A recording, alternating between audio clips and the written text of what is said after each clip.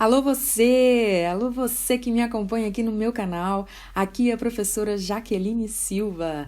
Na aula de hoje nós vamos falar sobre o famoso teorema do confronto, ou então teorema do sanduíche. Se você gostou da ideia, já vai deixando seu joinha aí. Se você ainda não está inscrito no canal, clica aí em subscribe, se inscreve aí e vem comigo! Eu coloquei aqui o enunciado do teorema do confronto para nós entendermos juntos.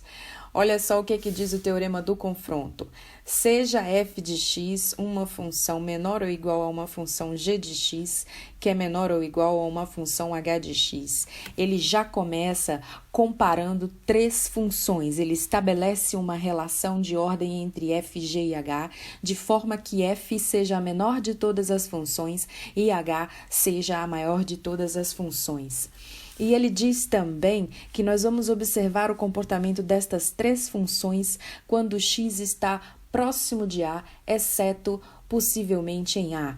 Então, aqui ele está dando a dica que ele vai falar de limites. Se você tem dificuldade para entender do que se trata este conceito de limites, eu te convido para clicar no card aqui em cima e assistir a aula de definição intuitiva de limite. Ou eu vou deixar aqui na descrição do vídeo o link para você ir direto para essa aula. Então, sabendo que nós vamos falar de limites, olha só o que o teorema diz. Que se você observar a f e ela tiver o mesmo limite, o mesmo limite L, que a h de x, que é a maior de todas, quando x tende a A, então a função do meio, que é a g de x, quando x tende a A, vai ter que ter o mesmo limite que as outras duas. Ora, o que isso quer dizer? Quer dizer que se essa função f é a menor e se essa função h é a maior e todas duas tem o mesmo limite L quando x tende a A, então a função do meio não tem para onde ir. Quando x tende a A, ela vai ter que ir para L também. Do ponto de vista geométrico, eu vou colocar aqui uma função que eu vou chamar de h de x. Eu vou colocar aqui outra função que é a f de x. Observem que a f é menor que a h. E vou colocar aqui no meio a função g de x.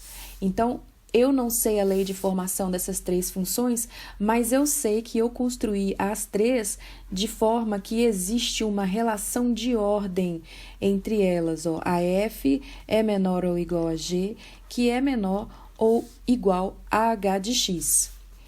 Ora, o que o teorema está me dizendo, então? Que existe um ponto aqui, ó, se existe essa relação de ordem, existe um ponto aqui no domínio que ele vai chamar de A, de forma que o limite de h de x, quando x tende a A, é igual ao limite de f de x, quando x tende a A, que é igual àquele L que eu coloquei lá no eixo das ordenadas. Se essas duas coisas acontecem, se essa relação de ordem existe e se esse limite aqui também existe, portanto, a g de x não tem para onde correr. Quando x tende a g de x tem que ter o mesmo limite L. Aí dá para a gente ver, ó, que as duas funções, a de cima e a de baixo, estão espremendo a função g de x, como se a g de x fosse o recheio do nosso sanduíche. Ela está sendo confrontada pela função h de x e pela função f de x. Coloquei aqui um exemplo para nós discutirmos juntos. Mostre que limite para x tendendo a zero de x ao quadrado vezes o seno de 1 sobre x é igual a zero. Olha, a gente já começa com uma dificuldade aqui. Por que existe essa dificuldade? Porque eu sei que o domínio desta função é o conjunto dos reais exceto zero, por causa desta restrição aqui do denominador.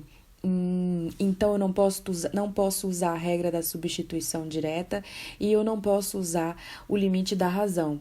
Então, o que eu vou fazer? Eu vou lembrar que a imagem desta função seno de x, a imagem dela é um intervalo fechado entre menos 1 e 1.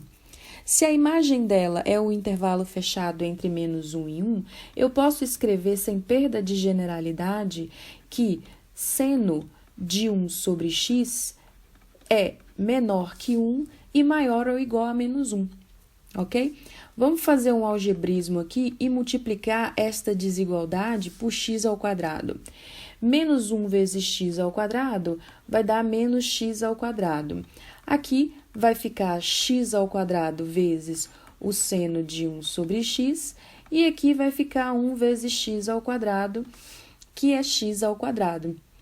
Observem que quando você vai calcular o limite para x tendendo a zero da função menor, que é x ao quadrado, a menorzinha é menos x ao quadrado e a maiorzinha é x ao quadrado.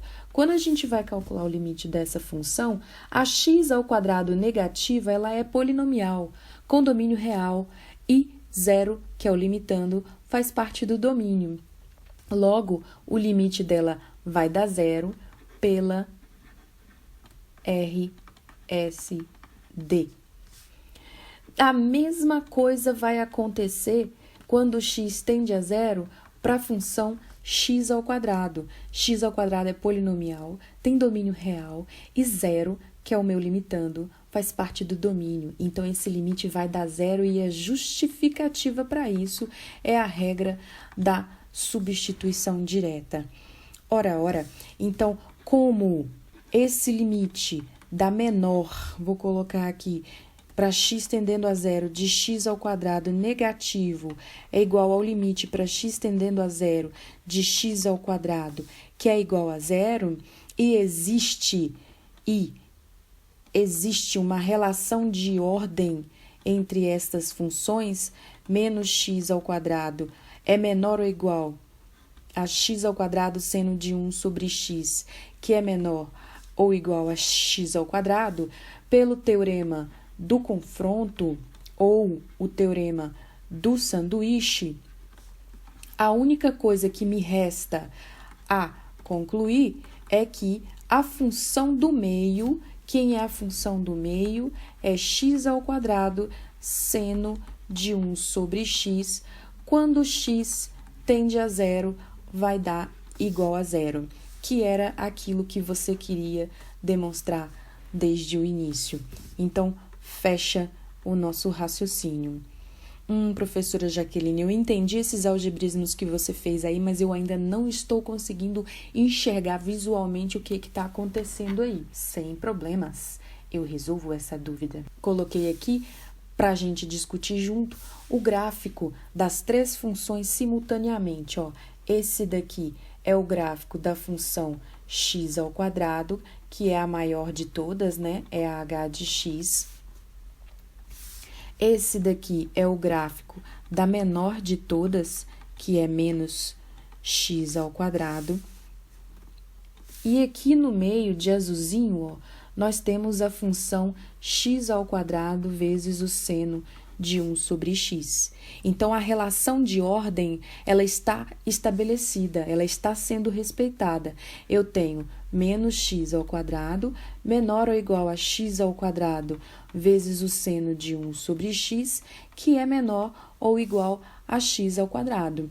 A outra coisa que eu também tenho é limite quando x tende ao quadrado de menos x ao quadrado é zero, é zero, porque nós estamos vindo aqui, ó, pela esquerda e pela direita, na função verde, está dando zero. Da mesma forma, eu tenho que limite para x tendendo a zero da função x ao quadrado é igual a zero. Agora, eu estou falando da vermelha aqui, ó. A vermelha vai para zero, tanto pela esquerda quanto pela direita. Então, sem perda de generalidade, eu posso concluir pelo teorema do confronto que a função do meio, que é a função g de x, tem limite zero, que é essa azulzinha aqui, que vai tendendo cada vez mais para zero, mesmo que oscilando. Se a gente colocar aqui no GeoGebra, vocês vão ver que quanto mais eu vou dando zoom na minha função, mais próximo de zero, ó, ela vai ficando. Não tem jeito. Ok, pessoal? Então, eu espero que vocês tenham gostado dessa aula. Não esquece, dá o joinha, se inscreve no canal se ainda não está inscrito e conta pra mim, deixa aí nos comentários, fala pra mim o que você achou desse teorema. Até a próxima aula e um abração!